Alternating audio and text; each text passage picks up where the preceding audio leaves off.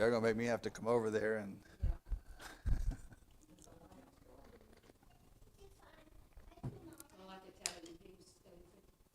Okay.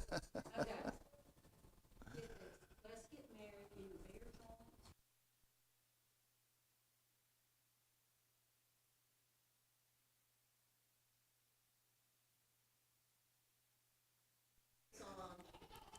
What's that song? It's a country song. The son of a preacher man. The only one that could ever teach me was something. All right. All right. All right. All right. Look, and I don't know why. You know how long it's been that song? How long? Welcome back. Long ago? Oh, ain't that crazy? Let's shift to something spiritual. How about that? Continue to pray for Miss Paula and Facebook ads. I hate Facebook, but Just say ads. yeah, the ads. I don't even like that we need to do it, but we got to get the word out that we're here, and it makes people ask, "Where are you? Who are you?" So we'll give it a shot. Pray for the mailers, and looks like the Lord might be giving us a more efficient route to take care of these things. So we'll continue to do this ministry, but may take a different form in the near future, Lord willing. Public ministry is a blessing. I enjoy doing it. When it gets pitch black out, we'll probably put it on pause till the sun comes back out. You know, it's interesting. The closer you get to the winter solstice, the longer the darkness is. And the longest day of the year with the most darkness is the night of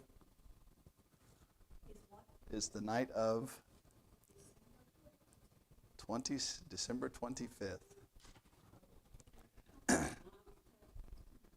It's the night between the 24th. Shortest day means longest darkness. So Shortest day, yeah. the purpose of celebrating the winter solstice was to try and appease their God and make him happy again, so that the daylight would become long again. And they did that with Christmas trees or trees, Yule logs, and all sorts of things that Christians practice today. Just thought I'd throw that in there. Anyways, now that we put that damper on the room, got all quiet. Everybody's all laughing and joyous, and then I ruined it. The proofs are here. If you pray about this book, another book sold today, which, you know, some people sell hundreds of books a day. I sell about 2, so, or 4, something like that. So that's all right, though. I've ordered way more than may be bought outside of my giving them away. So if you really pray about it, I'd really like the Lord to use this book for his honor and his glory.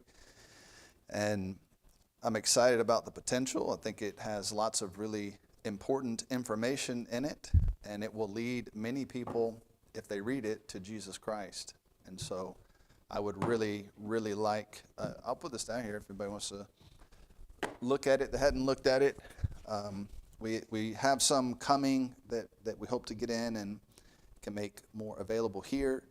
They're also available online. You could always go buy one. Otherwise, we're going to try and get out as many as we can to as many people as we can when I get them. So I realized that, I think I may have mentioned this morning, but I realized, it is what it is, nothing I can do about it. But if I order them through Ingram Spark or through Amazon using, the author's page, there's like a back office area where you can go in and order things as the author, and they give it to you basically at the cost of printing for the most part, and then you pay the shipping.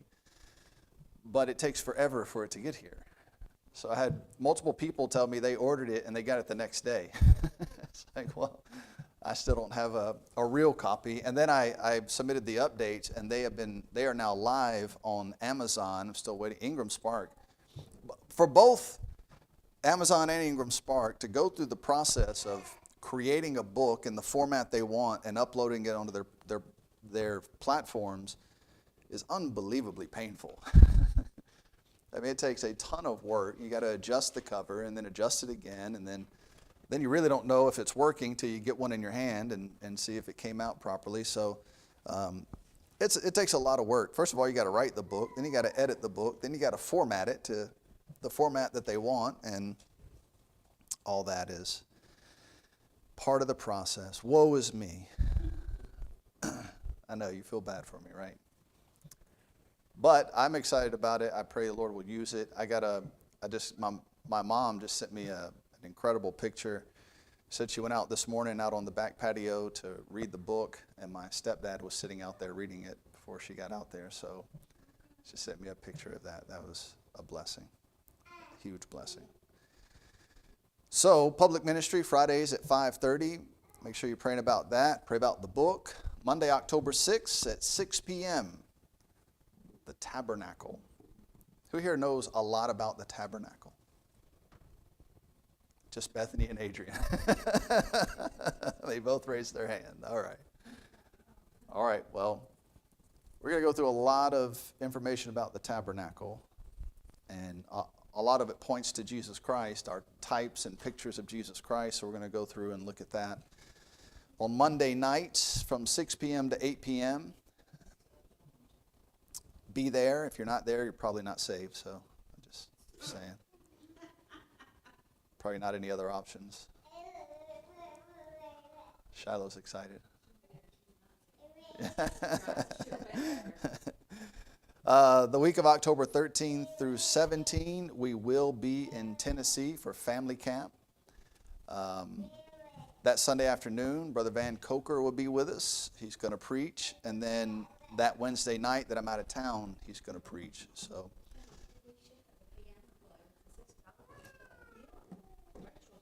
hopefully he'll bring a whole crew with him. So just make sure everybody's here to support him.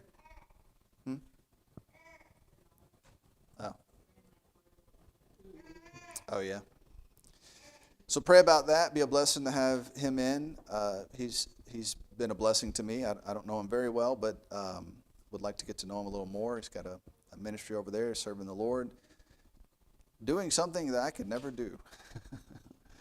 Bringing in troubled young girls and giving them a place. That's pretty rough. So then pray for Miss Sally as she deals with the passing of her sister and is not able to get back for the funeral and see her family and to mourn with them and to rejoice with them. She'll be doing it from afar. So pray about that. And then pray for Blake and Haley. They got a lot going on. Ministry to essentially rebuild and restructure. That comes with buildings and all sorts of things that just haven't been taken care of for some time because of the many difficulties of the previous missionary. He just had a lot of medical problems, was in and out of the country a lot.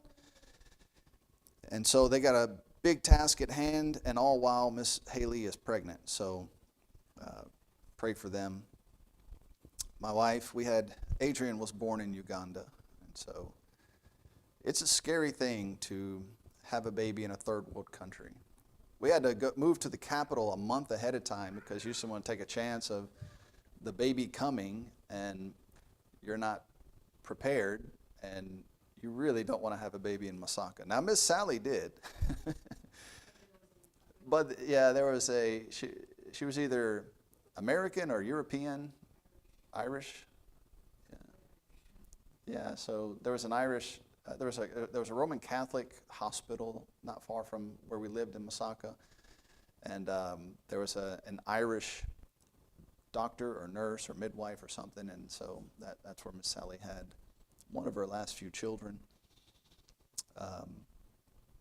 But we needed to be in Kampala to make sure we were in place, and then we had to make some last minute changes because our midwife was unbelievably incompetent. And the closer we got to the baby coming, the more that was revealed. And finally, literally 2 days before Adrian was born, I was like, we're not using this woman. We're going to find a hospital. And so we found a hospital, and they did a good job. They were a little brutish, but they did pretty good. Everything went well.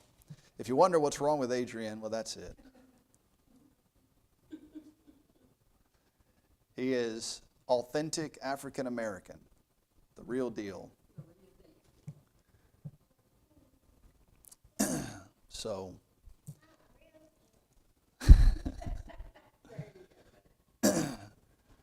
so pray about all that. They really need your prayer, trying to get settled in Guyana, and also having their second baby, and trying to rebuild a ministry. It's a heavy load to carry, and you could really help them by bringing them before the Lord as often as you can. All right, let's sing together. We'll start with number 37. I know this one, but you'll probably have to help me get started, so hopefully you know it too. I tried it a couple times between services, and I just can't get it squared away in my head. So, number 37.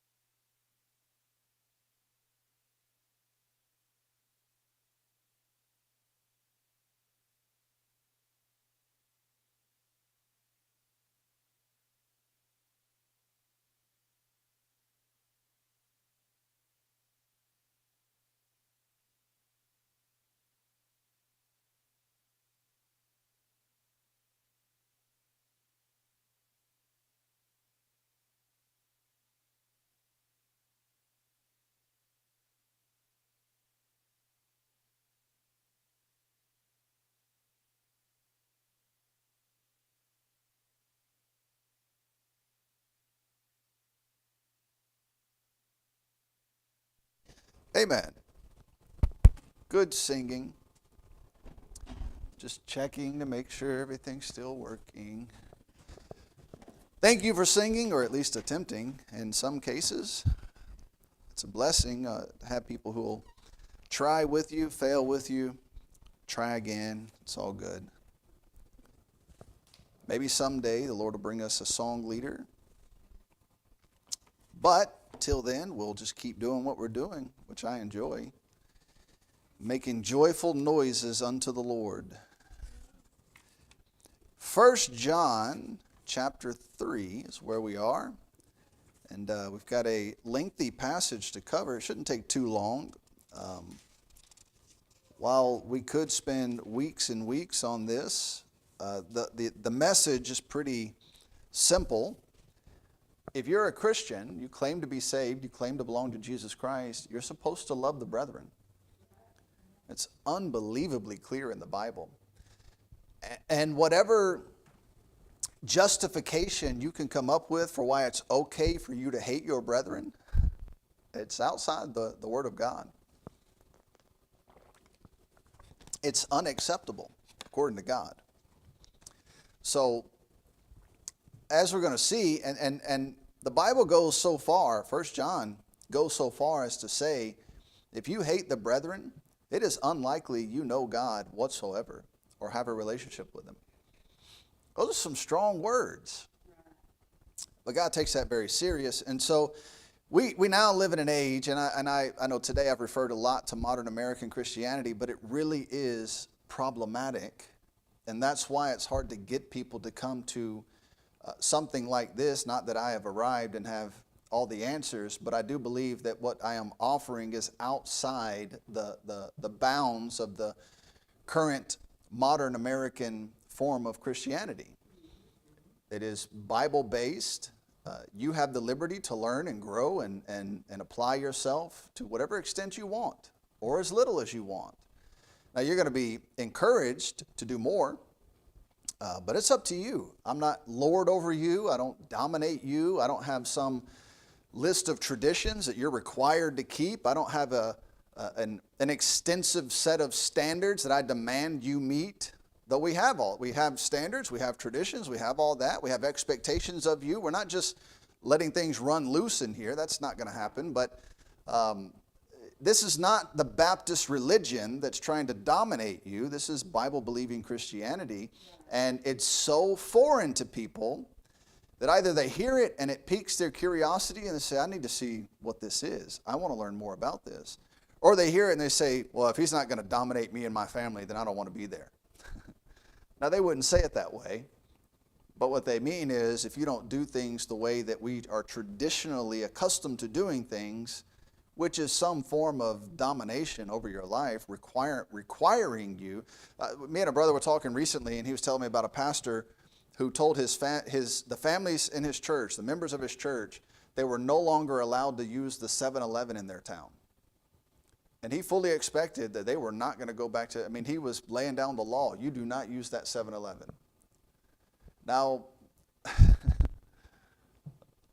that is a massive overreach of what that man was told to do. My job is to teach you the Bible and to lay down biblical principles that you have to apply. It is not up to me to make you to do it. I will encourage you to do it. If you get too far outside the bounds, I might have to come talk to you to see what's going on, but I'm not going to make you or force you to do anything. And you will never hear me, that Lotta burger. I don't want to see anybody here back. You better not go to that place again. Well, that's none of your business. Now, if you have a valid reason to mention that place or that thing, then do so, but what people do with it is up to them. What I wanted to know is, so what is he going to do if he catches his people there? That's what I want to know. Are you going to go in and spank them? What are you going to do? What's the recourse? So it gets ridiculous. Now, all that brings us back to love for the brethren. If you love your brothers and sisters in Christ, you will be honest enough with them to confront them when necessary, and gracious and loving enough with them to give them the space to work it out when necessary. There are just a few things in the Bible where God said, get them out of the church. Remove them and have no fellowship with them. Not many. There are a few, and they're very serious. And if it gets to that point and I have to remove you from the church and tell the church don't have fellowship with them, that is a direct biblical instruction. That is not me making a decision that I want to remove somebody from the church. It's very specific.